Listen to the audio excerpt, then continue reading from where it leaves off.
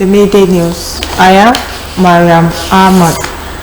The World Health Organization said Nigeria has allocated an additional $200 million to health in its 2025 budget to cushion the effects of aid cut by the U.S. The Director General of WHO, Dr. Tedros Ghebreyesus, disclosed this in a speech on the organization's website. In January, U.S. President Donald Trump issued an executive order halting foreign aid for 90 days and later issued a waiver for life-saving medicines and medical services, offering a reprieve for a worldwide HIV treatment program. Dr. Tedros said this waiver allows for the continuous distribution of HIV medications and medical services supported by PEPFAR in Nigeria.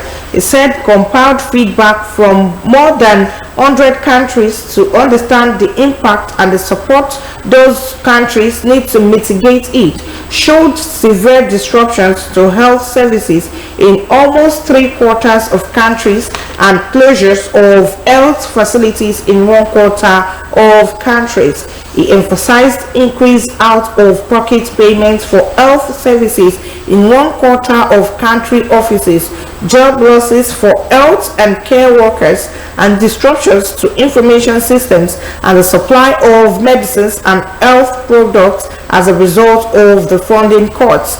The WHO chief advised countries to prioritize the poorest and prevent exposing them to impoverishing out-of-pocket health spending, protect health budgets, and resist reductions in public health spending. He also said donor funds should be channeled through budgets and avoid cutting services or closing facilities, and absorb as much of the impact as possible through efficiency gains in health systems. Osun State Governor Senator Adeleke has directed the State Commissioner of Police to stop the imposition of illegal taxes on market operators and alleged forgery of council documents by the restricted chairman of local councils on the platform of the All Progressive Congress. In a statement by Governor spokesperson Rashid Olawale, the governor said the development was capable of jeopardizing the sustenance of law and order at the grassroots level.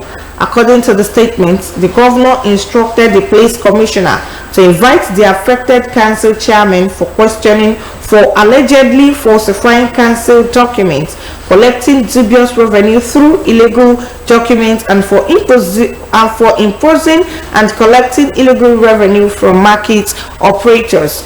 Governor Adeleke, while referring to various reports of such illegality, especially from Borikpe Local Council, said such activities would not only breach clear provisions of the law, but also constitute an affront on the judiciary, to which the APC has filed an appeal over the sacking of its yes or no chairman. The governor also instructed the special advisor on security to liaise with the police commissioner for the implementation of the directive, as he expressed shock at the brazen imposition of hardship and pains on the people through illegal revenue and tax collections. The project coordinator Osun Rural Access and Agricultural Marketing Project, Engineer Razak Okedia, says no fewer than 236 kilometers of rural roads are being constructed across the state under the supervision of the agency.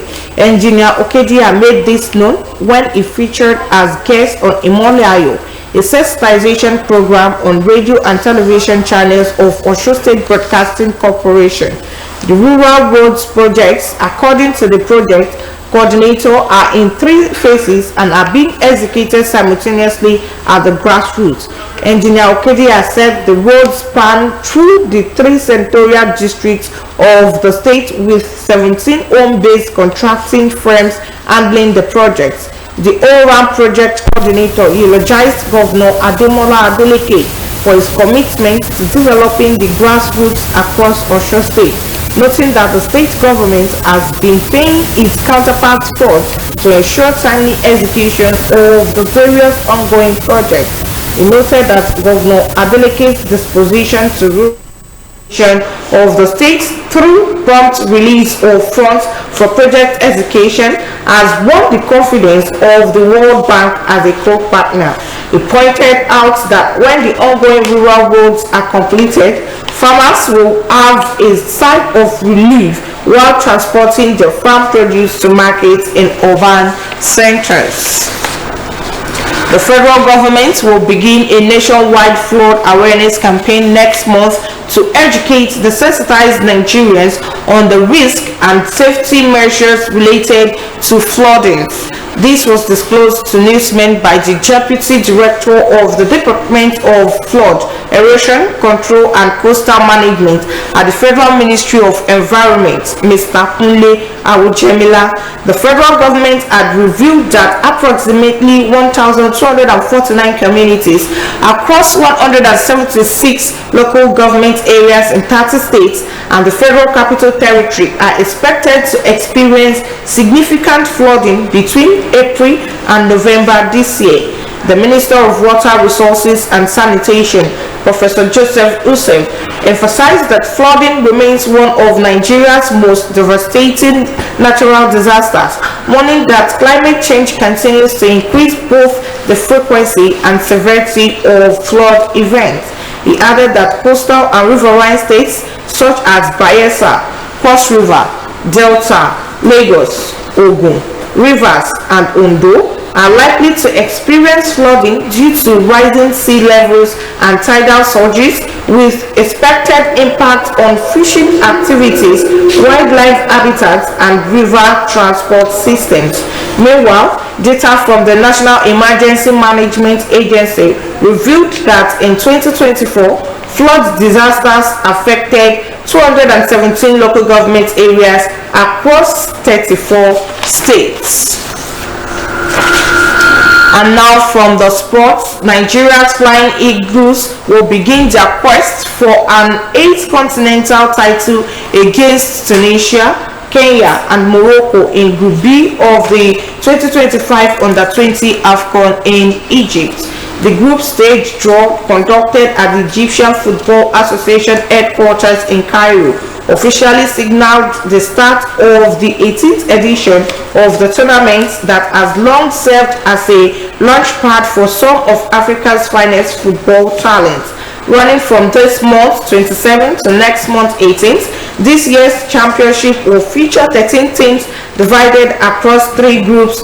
Group A with 5 teams, while Group B and C will each include 4. The top 2 teams from each group, along with the 2 best third-place teams, will progress to the quarter-final. Host Egypt, 3-time winners of the competition, were automatically placed in position A1, while defending champion Senegal and 7-time record holders Nigeria were seated in C1 and B1 respectively.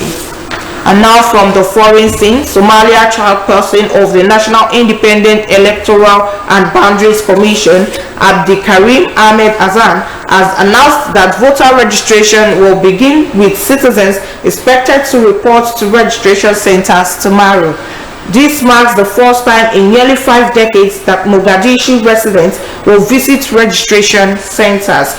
It would be recalled that President Hassan Sheikh Mohamud pledged in 2023 to move Somalia away from its clan-based indirect voting model. The cabinet has approved 2 bills to transition the horn of African nation to one person, one vote presidential elections scheduled for 2026. Opposition leaders, including former President Sharif Sheikh Ahmed and Mohamed Abdullahi Mohamed, rejected the government's plan. They called the move unilateral and warned they could organize a parallel vote. Still on the foreign scene, the director of Gaza's health ministry, Dr. Monir al-Barish, has condemned Israel's airstrike on a hospital in northern Gaza that forced patients to evacuate.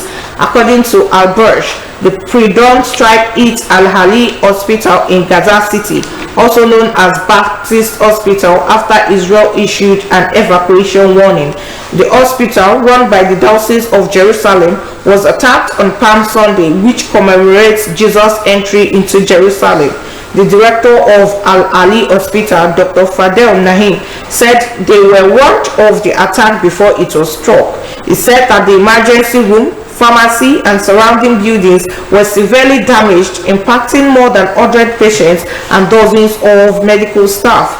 Israel said it struck a command and control center used by Hamas at the hospital to plan and execute attacks against Israeli civilians and soldiers. Israeli authorities have vowed to pressure Hamas to release the remaining 59 hostages, 24 believed to be alive, and accept proposed new ceasefire terms. That ends the midday news on OSBC TV. Join us at 3 for the state news. Thanks for watching. Good afternoon.